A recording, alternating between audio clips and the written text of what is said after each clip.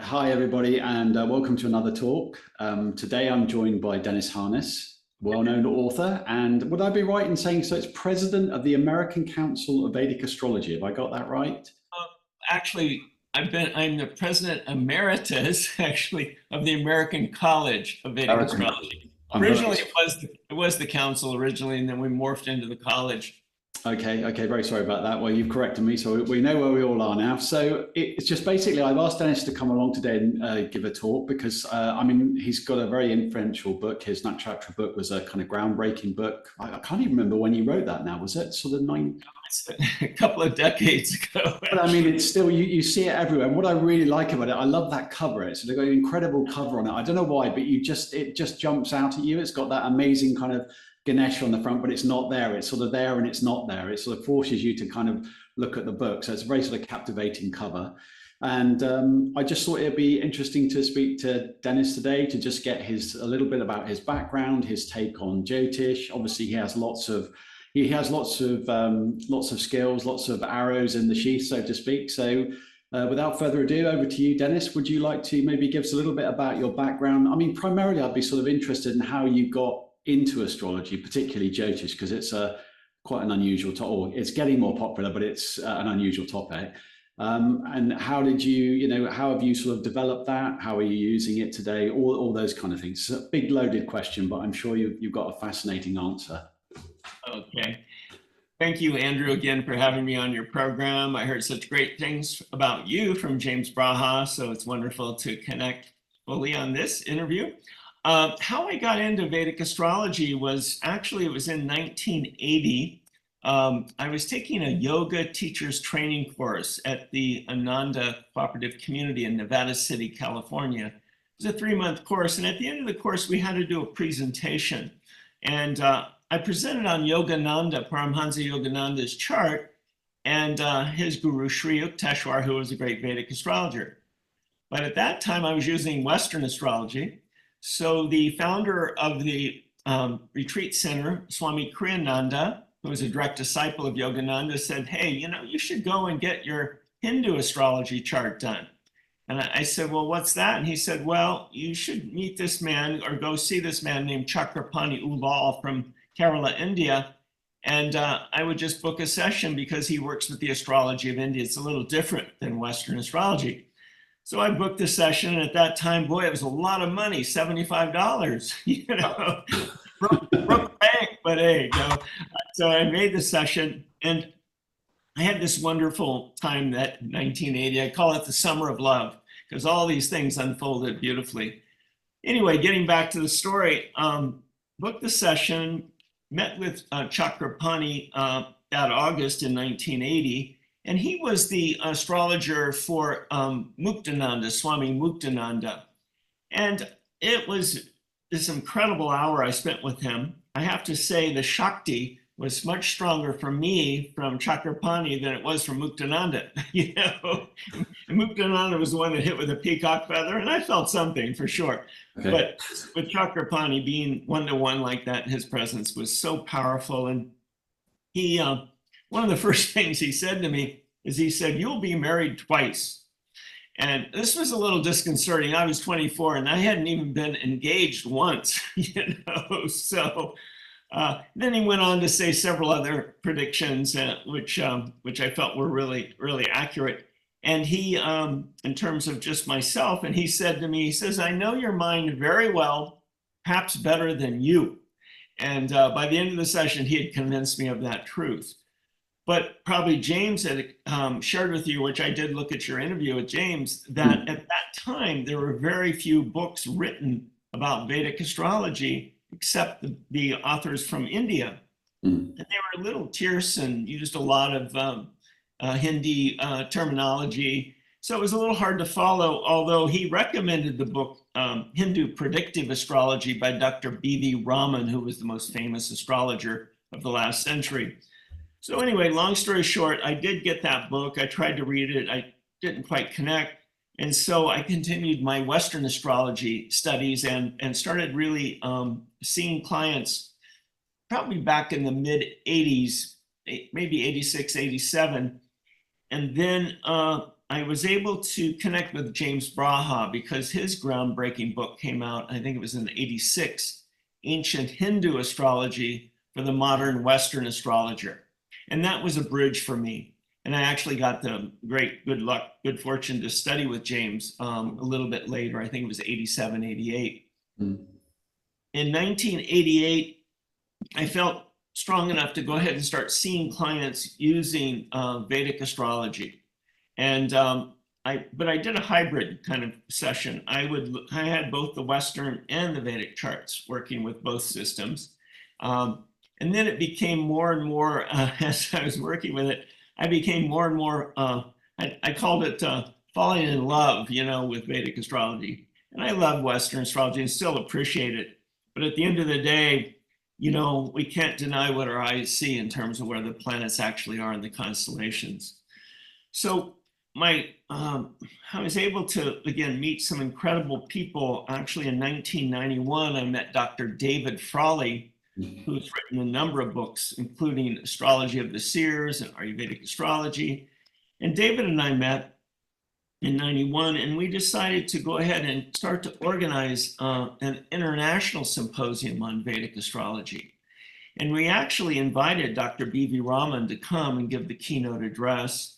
And Chakrapani came, and a number of other Vedic astrologists. I think we had like 15 or 20 in that conference. And that was in October of '92. And it went very well, and we continued to have the conferences every year and a half. And I continued to organize them for, actually, it was almost 3 decades. So my good fortune was to get to meet a lot of astrologers from the West that were studying Vedic astrology, but a lot of astrologers from India coming over. So, and then I think in the late '90s, as I mentioned, I really started working on my Nakshatra book. And that really was a book, which still is a book for kind of a beginners, in a way. It's like a primer. And I wrote it actually for myself, but also for my students at the time. And I'd been collecting data on it for several years, and then I was able to birth that. Mm. So I don't know if that's a good enough opening for me, but well, the other thing is I did get a PhD in counseling psychology in 1988. Mm. But as I always say to my clients, don't hold that against me. But I do weave a lot of psychology. Mm. So when you're assessing somebody, are you kind of thinking, you've looked at the chart, are you kind of thinking a little bit Western and a lot Vedic, or are you thinking a little bit of both? Or, how would you go? I struggle with just the one system. So how are you kind of overlaying a secondary system on that? And then you were saying as well, you were bringing a little bit of maybe the outer planets as well, the sort of Trans-Saturnians, and including. So, how's your, what's your sort of approach to that? How do you break it down? I would say probably 10% Western astrology. And that comes in exactly what you're saying through the outer planets, Uranus, Neptune, Pluto. Because to me, I was born with Pluto rising, Pluto close to my ascendant. So I know Pluto has a strong effect. It was actually in my 12th house, which I was considered the 12th. It was close to the ascendant, 12th house. I consider the 12th house the womb. And I won't go into the details, but let's just say I almost died in a tragic way when I was in my mother's womb. So anyway, and I live actually in Sedona, and Pluto was discovered right up the road in Flagstaff, Arizona at the Lowell Observatory. So it's following me wherever I go. Yeah, the Lowell Observatory, isn't it? I remember sort of reading all those early. I was quite fascinated the early discovery of those. I think Uranus is discovered near me. Herschel, that's it, of course, in Bath, which is only a few miles up the road from me. So I actually went to the museum while I was there last time, and it was quite fascinating. He had a lot of the old, his original telescope was there, or bits that were left of it. And you could even see, while he was casting his own mirrors for his telescope, he dropped a lot of the metal on the floor and cracked all the flagstones. And there's sort of big arrows pointing that this is where he dropped the metal when he was making his refractor lens. And so it's quite fascinating. So yeah, so there's a little bit of a connection there, isn't it? You're kind of near, I'm near Herschel, you got near the Lowell, so that's good. So I do weave that in, and it's interesting if you think about it. And again, James is very much uses the outer planets and weaves in Western astrology as well into his sessions. even though I can't speak for James, but again, 90% of what I do is focused on Jyotish. But I do find some parallels between the two. One is the transits of the planets. You know, if you have Jupiter transiting over your ascendant, it's happening Vedic and tropical, sidereal and tropical. So one of the first books I read back in, I think, 1977 was Planets in Transit by Robert Hand. And what's interesting about that book is it doesn't talk about zodiacs. It just talks about planets transiting over this planet or planets squaring this planet. So he doesn't even go into zodiacs, which is cool. So it's one of those techniques, again, that works with either system. And I found some other parallels, like I do a lot of work with astrocartography, which is mapping, putting your chart on a map of the world. And again, even there, Jim Lewis, who popularized that, I asked Jim, I said, well, is there any difference? You know, I was doing his training back in the early 90s, and he said, no, because we're just looking at where planets are angularly. And so they're angularly in both systems. So when you run the basic astrocartography maps, you're going to get the same map, whether you're using Western or Vedic. So it just became this unfoldment. And then the other thing is, I always say, truthfully, I'm a psychologist that uses astrology. I'm not an astrologer using psychology. So my core thing is to try to help people take discriminative action in their life and leave my clients with a sense of faith and optimism and hope for the future. I strongly really focus on the positive aspects in their chart to build on that. And then I do go into the challenges because, again, as one of my friends, Bill Levesey, says, we don't want to cheerlead someone off a cliff. So it's finding that balance, finding that balance. But the problem with astrology is, one of my teachers, Svidya, said, who was a direct disciple of Yogananda and Hariharananda, who is this great Vedic astrologer also from India, northern India. He said the main problem with astrology is that it can generate fear, And that's where I find a challenge with what I see going on. And it's changed, it's gotten a lot better over these last 3 decades. But the problem is astrologers that have no counseling background, and sometimes they can just beat the client over the head with their karma. And I really see a lot of damage that's been done. Granted, it's improved so much, and that most astrologers have, some basic background in counseling skills. They don't have to become a licensed therapist or get a PhD, but again, just using some basic counseling principles, I think, is huge. And I'm really happy to see that unfoldment continuing in the field. Is that something that you're actually actively teaching then? When you're teaching students, are you kind of doing some sort of counseling stuff on top of the Vedic stuff as well? Yeah, correct. I wrote an article on my website, which is just dennisharness.com, called Vedic Astrology and Transpersonal Counseling. Because my degree is from this California Institute of Integral Studies in San Francisco, and it was focused on transpersonal psychology, which basically just means going beyond the ego. So anyway, that article really kind of highlights some of the pitfalls as well as some of the strengths that can be utilized in bringing the counseling into play. Interesting.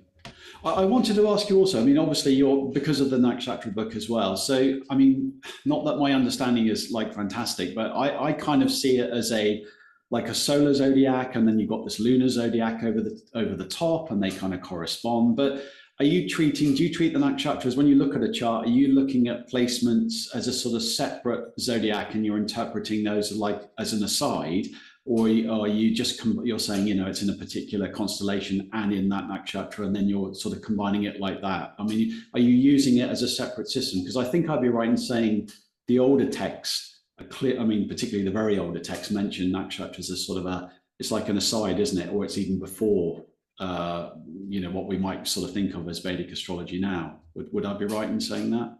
Well, the nakshatras are definitely connected with the sidereal zodiac, with Vedic or Hindu astrology, for sure. I think if you start to place them in tropical astrology, as my guru Chakrapani, my Jyotish guru, would say, be careful because you can create goulash. Is the way he put it. my book on Nakshatras is very much connected with sidereal astrology or Vedic astrology. But I find it, you know how, we have the 12 signs of the zodiac, Aries, Taurus, Gemini, Cancer. But I find the nakshatras are kind of like a deeper primordial level to the zodiac that kind of is the foundation which is built, because even some of the nakshatras are listed back, even a few of them in the Rig Veda, and then they come in more into the Atharva Veda. They start listing the whole 27 sequence. And I even met one astrologer from India, and he said he wouldn't even take a student on until they've learned the nakshatras, the sequence at least. And so when I started telling him, Ashwini, Bharani, Kritika, and started nailing him, he was so impressed that somebody from the West actually knew the nakshatras, because this was back in the 90s. So anyway, I also tried to bring in a psychological aspect to the nakshatras, kind of the strengths as well as the challenges that may go on with each nakshatra. And I focus primarily on the rising sign nakshatra, the moon nakshatra, and the sun nakshatra. Right. But you can look at any of the planets in the nakshatras. It's just in India, it's a very lunar-based system. So we focus primarily on the moon nakshatra, which is in India is called your birth star. Yeah, I found that when I was living and working in Sri Lanka for a while. I was studying Ayurveda over there, and you're just talking to all the doctors. I mean, they all wear Navaratna rings. They've all got their various talismans on that they're wearing all the time, and they think primarily in birth star terms. I never really heard much mentioned about the actual constellations, but their moon nakshatra was really important, and the gemstone that was matched to that particular. I mean, obviously, Sri Lanka being the home of gems, if you like, it's the island of gemstones. So of course, they've really gone into that whole gemstone thing. But I was just interested to see. I mean, it's just interesting how much of a part of the system that was. That was a really important piece over there, particularly for timing. They use it a lot for timing, when to prepare herbs, when to pick herbs. I think I'm particularly interested in a lot of the old alchemical texts from India, and they'll even say, if you're going to go this particular mineral, then you should harvest it under this sort of moon, and it will become more potent under. So it's a big part of the system, definitely. Yeah, and one of my teachers, Hariharananda, who was a direct disciple of Sri Yukteswar, the Vedic astrologer, actually used, instead of so much gemstones, he would use roots of planets. So there was a Mars root or a Rahu root, and then he would have those tied to your necklace so that the root could actually touch the skin. There's very little written on this plant medicine in terms of associating with the nakshatras, but it sounds like you connected with some people that really knew that. The other factor is, in my nakshatra book, I talk about using the nakshatras for initiating auspicious events, like starting a business or getting married or having surgery. Actually, my two most popular things for that, and you use, again, the moon nakshatra for that, is marriage and surgery. And so I figure there's some parallel there between marriage and surgery. I call it the 3 rings of marriage: the engagement ring, the wedding ring, and then the suffer ring. Which is usually true for most people. Their first marriage, it usually goes down in flames. At least in the United States, I think there's a 60% divorce rate here. Did you say, so you were saying before that you're doing a lot of compatibility and relationship work with astrology as well. So that's a big part of It's kind of one of my specialties. And actually, James refers clients to me sometimes that need that particular work. And again, it's comparing the charts for compatibility, but it's also, first of all, looking at relationship potential in the individual chart first. And then from there, comparing the charts. There's a whole system which I present in my book, which to me is just one cornerstone to use, which is the nakshatra compatibility between the moon nakshatras. And you can get anywhere from 4 points up to 35 points using this system. And it looks at about 8 different factors to weigh in. And I had these clients once that had just gotten married, and they had like 4 points moon compatibility. I was a little concerned, but again, I don't predict 3 things. the 3 Ds, the death, divorce, or disease. So even though I was seeing in the chart, they had already, gotten married, and I didn't want to cast negativity onto their marriage, but I thought, wow, this system really, really works. Sure enough, 6 months later, I get a couple with the same moon nakshatras, the same 4 points. And they've been married 20 years. And it's like, okay, well, this works, but maybe not. But as I talked to them, I found out that they had children early on in their marriage, and they had gone to 3 or 4 different marital counselors to stay together for the sake of the children. So again, it's like, what reason are you even going into the marriage for? More to create a family? Is it more romantic? Is it more you're wanting friendship, or maybe hopefully all of the above? So I do a lot of work with relationship compatibility. But again, I do not tell people whether they should get married or shouldn't. What I do is I point out the strengths I'm seeing between the charts, as well as the challenges that they may need to work on. And one of the great things about relationship compatibility work is it gives each partner more empathy towards the other person. That's what I see as a real positive thing that can come out of that. So I'm circling back round to nakshatras again. Obviously, I'm sort of a bit drawn to that subject because obviously I've got the guy who's kind of written the definitive Western book on nakshatras. When you go through, when you were compiling that, I mean, I'd sort of gone through a lot of text, just looking for anything that I could find. I mean, I went in, I found, I'll bring that up on the screen later when I edit this, but basically there was a whole section in there about timing. So, if you wanted to dig a well, this was the best nakshatra. If you wanted to hide your money, this was the best nakshatra. If you wanted to perform a surgery or go to war. But my point was that the amount of stuff I could find was very limited. So I was just wondering, obviously you've drawn on a lot of stuff through teachers and personal experience. And I mean, what would you say was the best? It just doesn't seem to be a lot out there, even in Indian books. So, I mean, what would be a lot of that come through teachers or people that...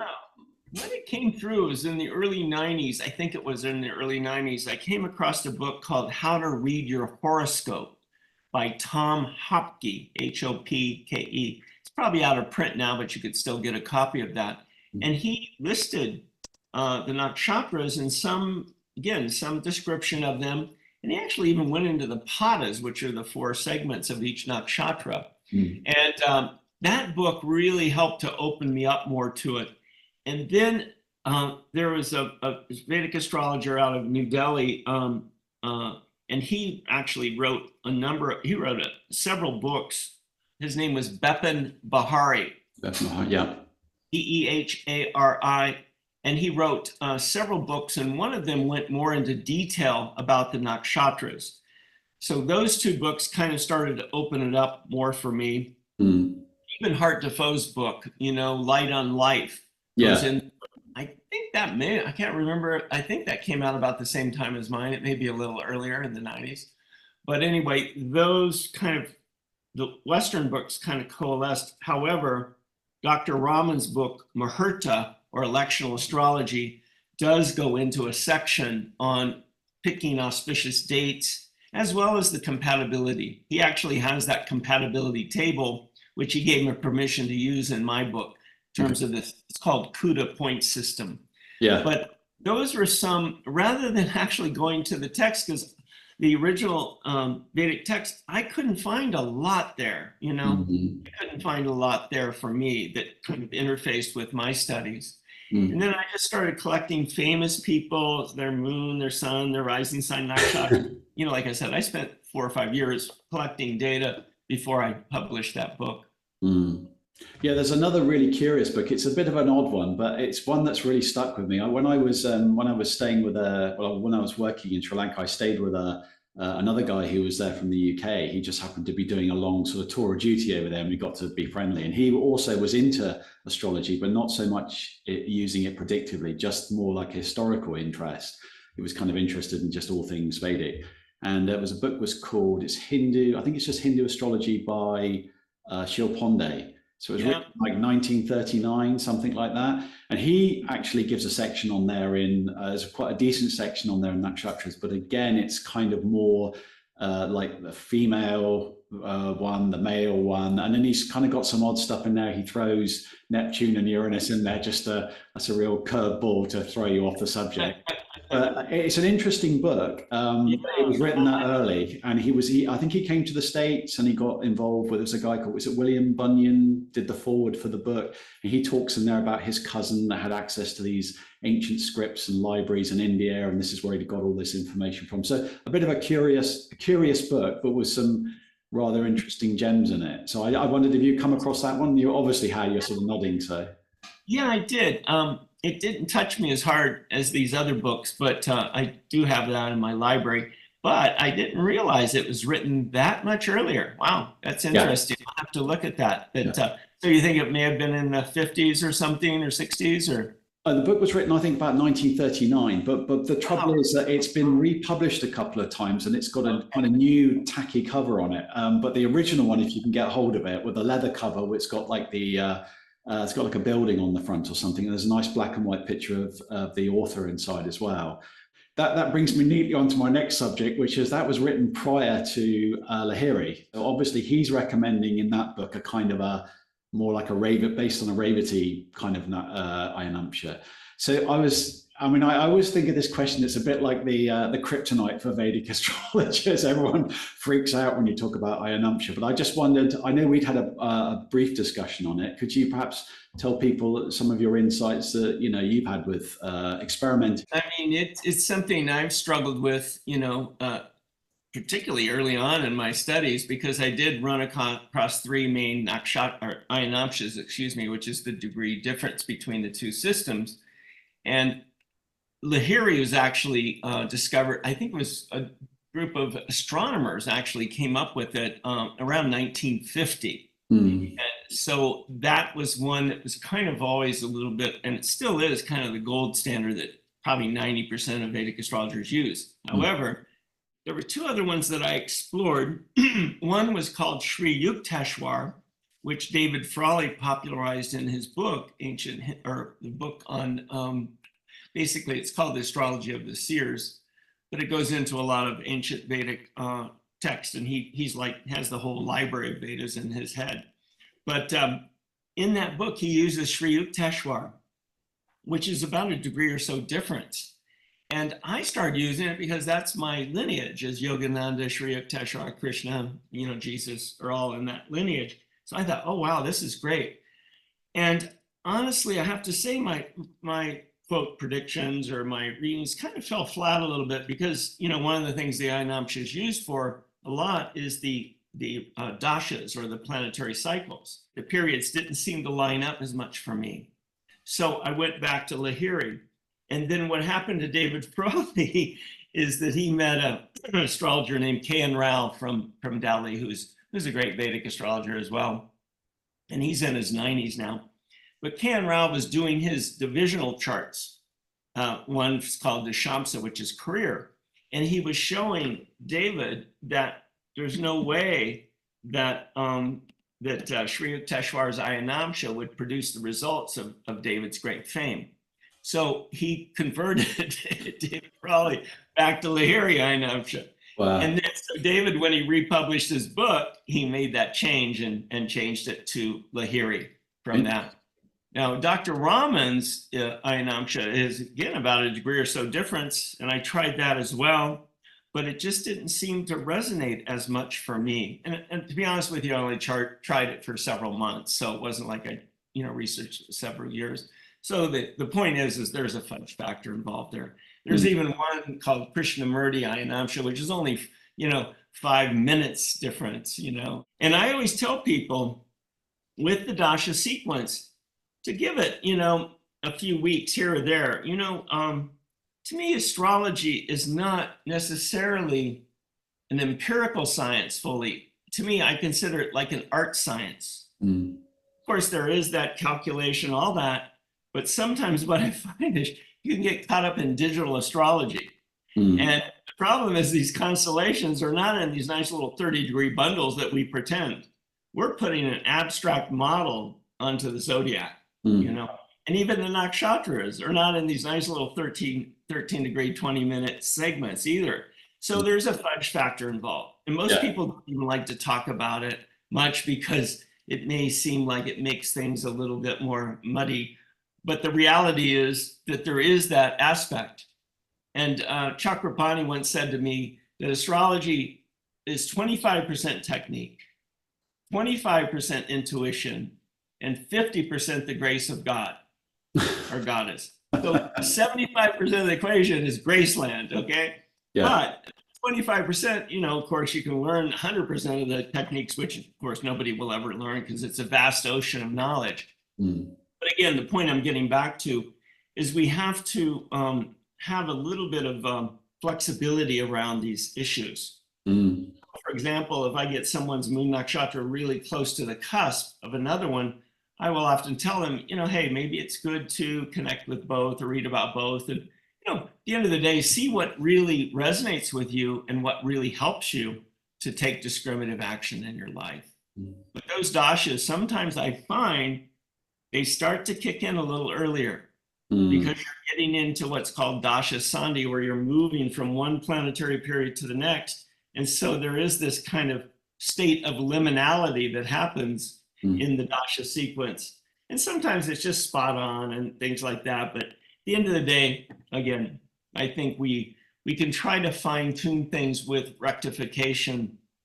But even there, that's a whole science within itself to try to get that down. But again, we have the issue of these constellations not in these nice little 30-degree segments either. So.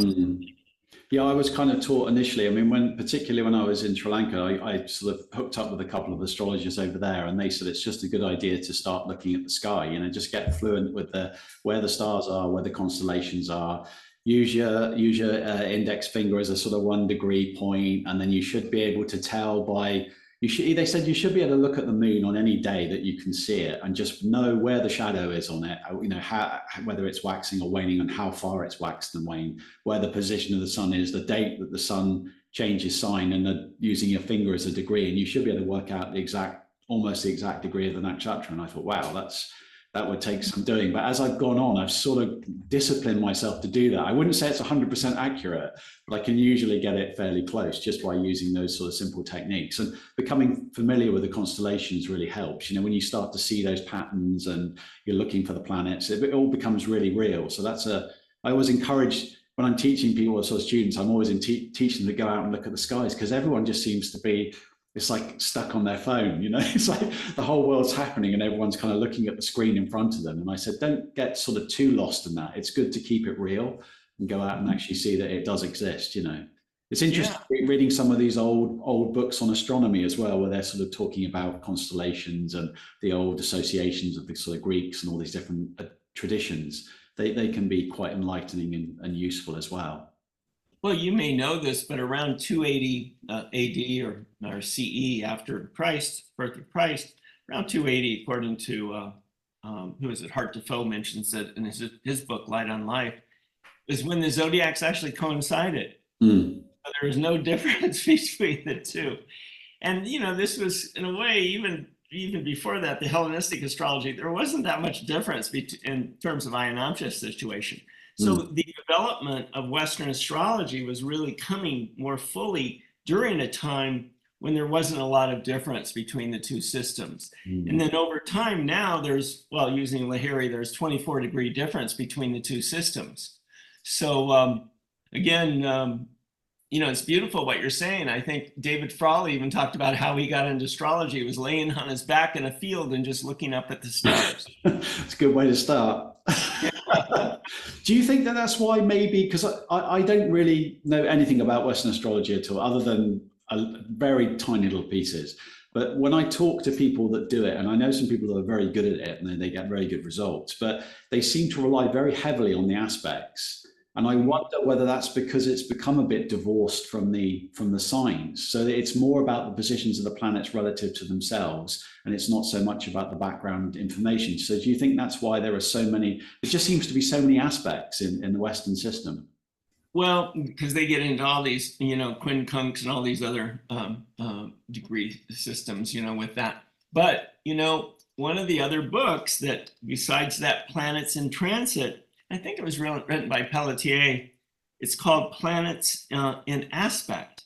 And the thing is, you know, let's just say if you have Jupiter conjunct Venus in your chart, that's going to be happening, you know, in your natal chart. That's going to be the same in the Western system, but it may be, you know, 23 degrees more, you know, in terms of the Western system is usually, well, when most of us were born, it was 23 and a half degrees difference.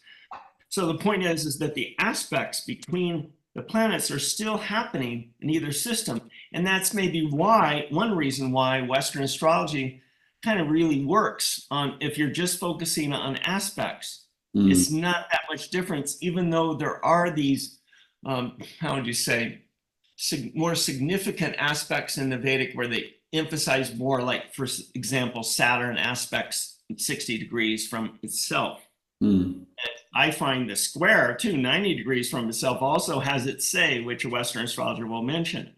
But the 60-degree aspect is called sextile in Western astrology. It's, you know, and it's usually a harmonious aspect. But the point is around that is that those are two ways, the transits and the aspects, where the two systems are kind of interfacing a bit, if that makes sense. Yeah, definitely. Yeah. So do you think we're due an update on your Nakshatra book, a part 2? Are you thinking about a revised and expanded edition? I think it's time, right? But no, you know, there's been so many good books written about the Nakshatras after mine was published. You know, there's all kinds of books on the Nakshatras. So from what is it? Kenneth Johnson wrote a book called Mansions of the Moon, you know, which is lovely. Camilla Sutton's written a book on the Nakshatras, who, you know, was originally, well, from India, but then she lived in England and London for a number of years and developed her practice there. And Hart Defoe's book, like I said, Light on Life, has a section. And so I looked at it and I just, you know, like I said, I'm a psychologist that uses astrology. So a lot of these astrologers can, you know, work circles around me, you know. So I'm very humbled by their knowledge and their wisdom. Okay. So in answer to the question, no, I'm working on a memoir instead. Now, I will have some nakshatra material in there, and I'll try to bring in some different or new stories in terms of my encounter with nakshatras and how powerful they are. But anyway, it's a trilogy, and it's written, you know, because I couldn't make this stuff up if I tried. I really couldn't. Most of our lives are stranger than fiction anyway, you know. Definitely. But I should say, actually, I really got into the nakshatras. One of the other reasons was love, because that book written by Dr. B.V. Raman, Predictive Hindu Astrology, and then his later book, Muhurta, which gets into this compatibility, it has a section on the moon compatibility. What it was this a friend of mine, this woman named Jackie Holler, who had been studying with this Swami Hariharananda. And there was that table in that book, Muhurta. And so I would ask her, I said, Jackie, how many points do I have between this woman and I, you know? And she would tell me, oh, you got 10 points, or you got 12 points, or 20 points, and all this kind of thing. And I'd been through a divorce, so I was trying to use astrology to help me, you know, navigate more effectively. And so then finally, after a few months of dealing with my romance addiction issues, she said, why don't you go and buy the book? You know, buy this book, Muhurta. So again, this was back in the early 90s. And so I was doing readings at a bookshop in Menlo Park, California, called East West Bookshop, interestingly enough. And I did sessions every day on Tuesdays. And I was building my practice. I started seeing clients back in '88. And I ordered the book that day, one of these days, and I went down, did my sessions, come back up, and the manager of the store said, did you order this book?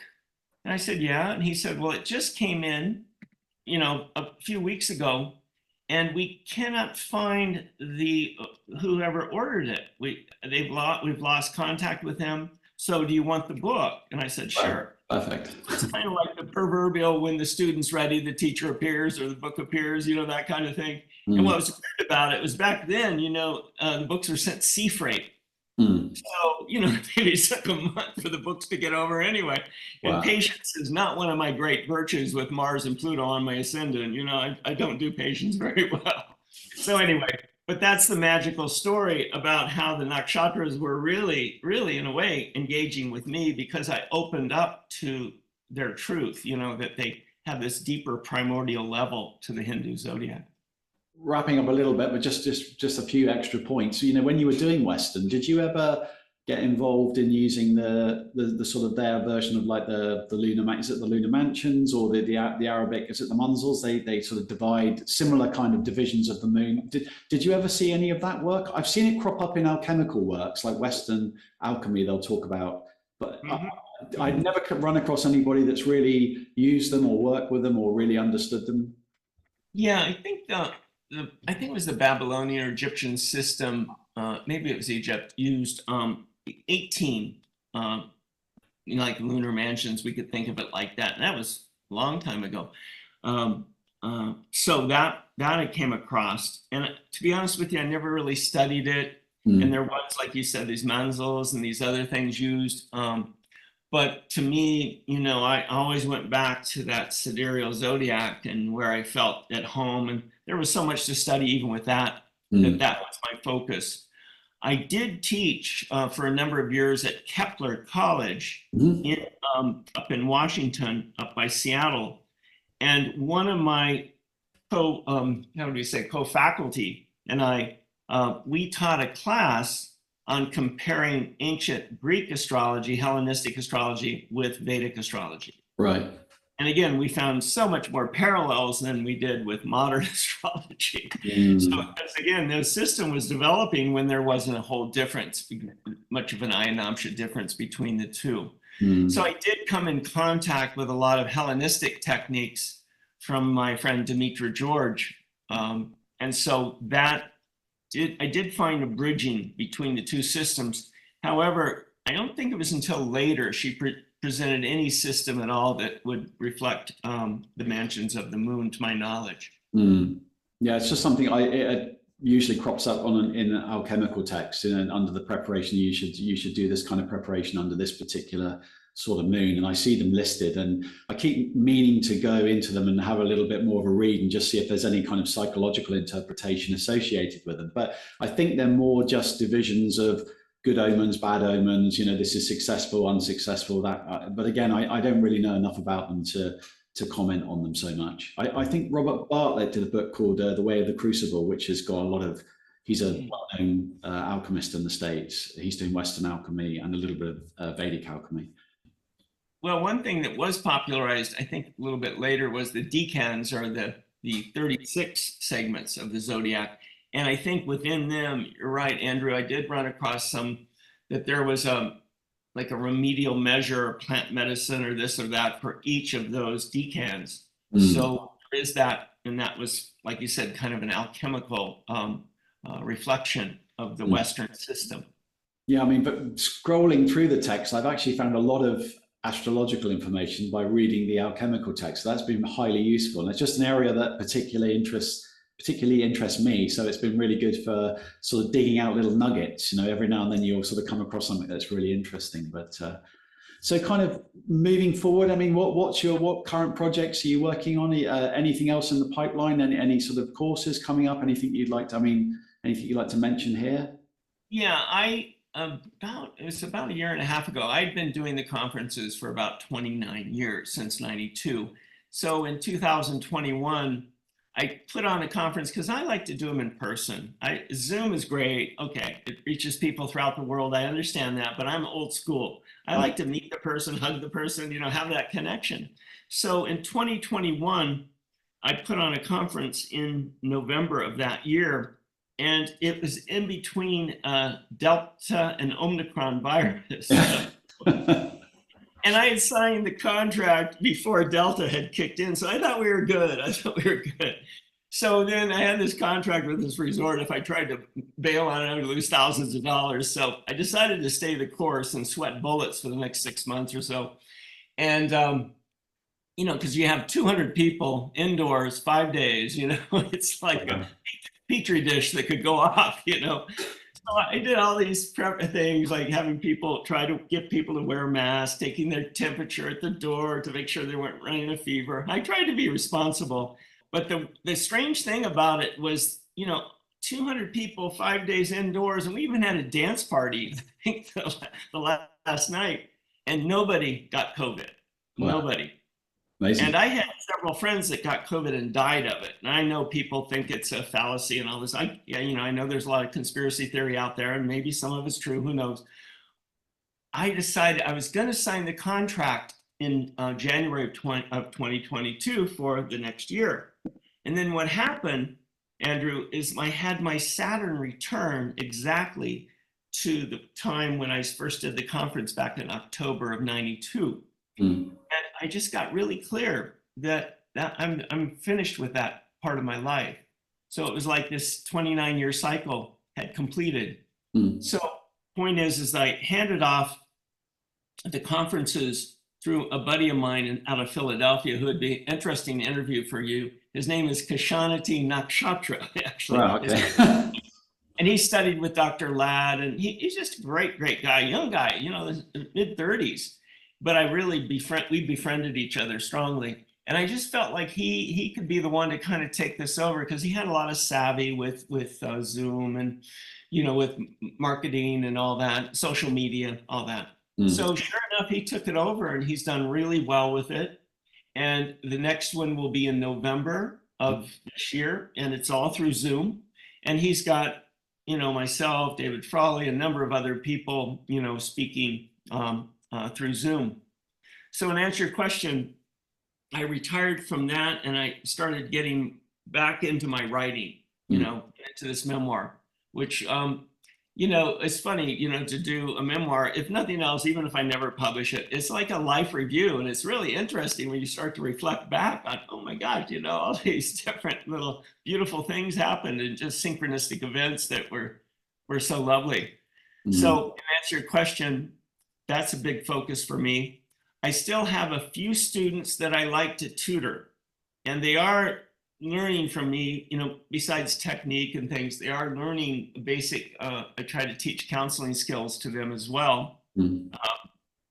And so I enjoy that. But again, I try to do that really selectively with people that have already been studying, like they've taken the American College of Vedic Astrology course, or they're into it, which is a 3-year course online. And, but anyway, to answer your question, I have several students like that I tutor, and I still do a lot of work just with the basic natal chart analysis, but also the relationship compatibility and the astrocartography, the mapping. And then I am a husband. 35 years we've been together, and I've got 2 beautiful daughters from that marriage, and just watching them blossom as they're in their 20s now. And I have a son from a previous marriage and a granddaughter. And so trying to spend a little bit more time with family, because to me, family is destiny. Family is destiny. And so I was traveling so much. I was gone at least once a month for sure. So I considered myself a distance learning dad. I was working from a distance with a lot of that, helping them. So I'm trying to repair, which is great. They've forgiven me. One of my sons says, Dad, I forgive you. You just need to forgive yourself. So trying to make up. It's never too late for redemption, as I like to say. So anyway, that's taken a big focus for me. And then I love to play tennis. I play tennis maybe 5 times a week, if not more. And what's cool about it was B.V. Raman, the most famous Vedic astrologer of the last century in Bangalore, India, played tennis every afternoon. Oh, wow. That was his secret. I felt he was blazing the trails, because, it's like, I always say jokingly, I've been in Sedona 30 years and I'm still trying to have an in-the-body experience. Everybody's trying to get out of their body here, and I'm trying to get in. So anyway, that takes up a good chunk of my time as well. And there's other things, but those are what, kind of jump out. And I still lecture, and I do these YouTube videos and things like that, because I really enjoy speaking on it, but I feel like my work is more bringing the psychological aspect into it, creating a bridge between Western and Vedic rather than putting down Western astrology, which I don't think is really an effective thing to do. It's kind of like it creates the whole Republican Democrat, bullshit. Yeah. In terms of this, red and blue and all this sidereal, tropical, even though my bias is sidereal, and I make a case for that, but I still appreciate Western astrology, and as well as Chinese astrology. Wow, no, that's a whole. I sort of looked a little bit at that, and it's just completely lost. I just don't really. Well, it's not that I'm not interested in it. It's just I don't want to bite off anymore. It's like it's already enough. You know what I mean? It's like I don't want to sort of invest any more time in. I'd rather sort of try and get better at what I'm doing. But I mean, I'm amazed that you can just sort of expand. Well, again, I may be creating goulash, but hey, I'm the cook, so I get to do what I want. I remember several astrologers from India giving me such a hard time because I use the outer planets, and to me, it's like, if you have Pluto, which is early Capricorn now, transiting over one of your planets in Capricorn, this is Vedically speaking, that Pluto will have its say whether you believe it or not, I've written an article actually on my website too called Pluto, a Neo-Vedic View. And then, of course, Pluto was discovered in 1930 up here, like I said, at Lowell Observatory.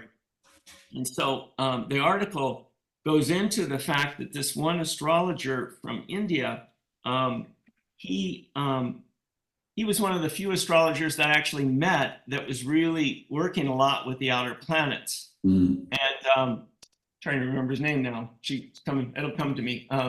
Narendra Desai. And what happened, Andrew, is he went into a library.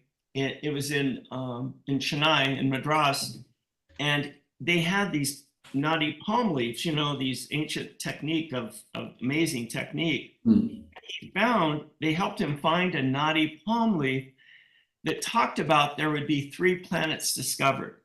And they named them Prajapati, Varuna, and Yama.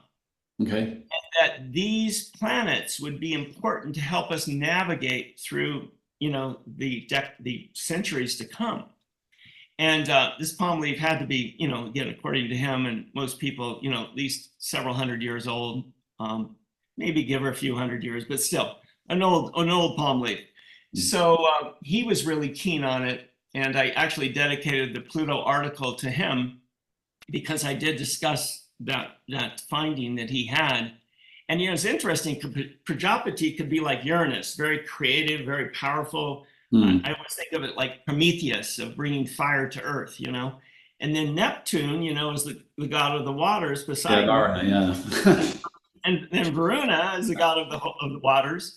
And then you've got Yama, who's the god of death, connected with Pluto or Hades. So, to me, that always fascinated me, how I finally ran into a Vedic astrologer of India that was actually using the outer planets. So I remember you mentioned that before in an interview, and I sort of made a mental note to ask you about that. So I'm glad you brought that up. I was going to say the only thing I've come across that I thought was a little bit connected to that. I think it was in the, I think it's Mahabharata at the end, at one of the warriors' deaths or something. They talk about these extra planets. They say like Sweta Graha, something like that. The white planet, the blue planet, or something, Nilama Graha or something. They mention these extra planets in there.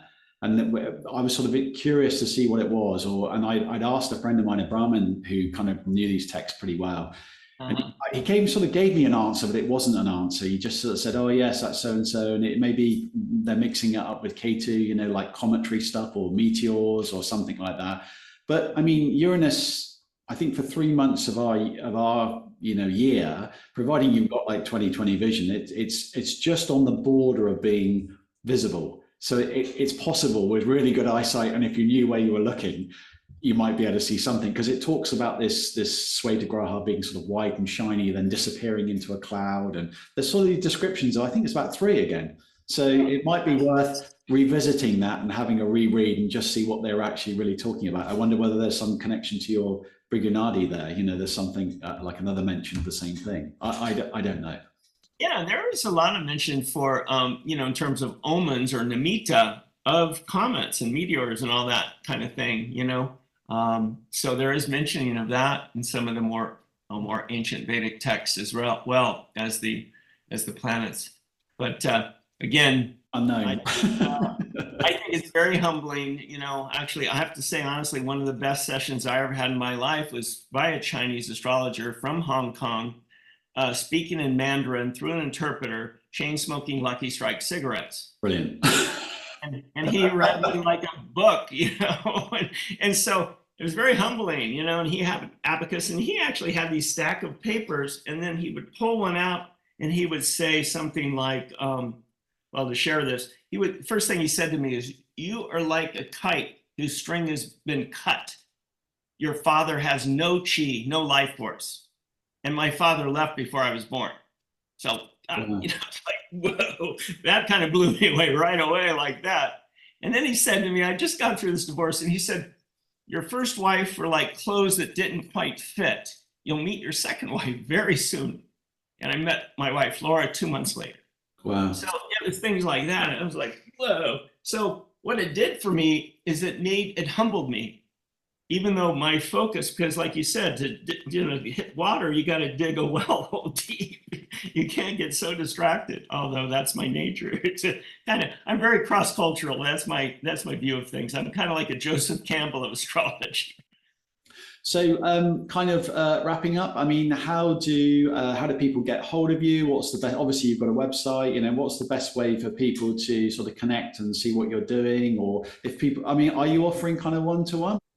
I think I take on students, but again, very selectively. Like I said, I have 3 or 4 that I'm tutoring. That's kind of the way I work with it. People can get in touch with me best and answer your question through my website, which is just dennisharness.com, like a horse harness. And then easy email, probably even better, is just dennis@dennisharness.com. Okay. That'll get me. And I tell people that are, want to connect with me, good to look at my website. I've got some interviews on there, different things, and just see at the end of the day, do you resonate with my energy and how my approach? And then from there, we set up a session. And again, primarily 75% of my clients are through Zoom these days. Okay. Although I love to see a client in person every once in a while. It's so much fun. It's convenient, isn't it? I just find Zoom very convenient. So I don't mind it so much because I'm a bit of a techie. I like sort of electronic and fiddly stuff anyway. So it's kind of fun. I don't dislike it, but I totally agree with what you're saying. Sometimes you really just need to meet the person to really get where they're at. You know what I mean? It's like you lose that digitally. Well, and Zoom is so amazing. I remember the first time I used Skype, my first client was in Egypt, in Cairo. And it was so cool because I was there in Egypt, like boom. And so, and again, I'm not putting down Zoom in that sense because I think it's so important for me. It was just the point around the conferences, I felt, like I wanted to really meet with people. And it's so much work and energy that my reward for that was to actually connect with my friends and have a spiritual family reunion. Okay, well, I'll put up all the links underneath. I'll link to those articles you did as well. Those, the one on Pluto and that. We'll put sort of separate links underneath so people can please sort of click on those, follow the links, read up on Dennis's work. Thank you very much, Dennis. I appreciate you coming on and talking. It's been really, really great. And yeah, fantastic. Thank you. Okay, my friend, take care.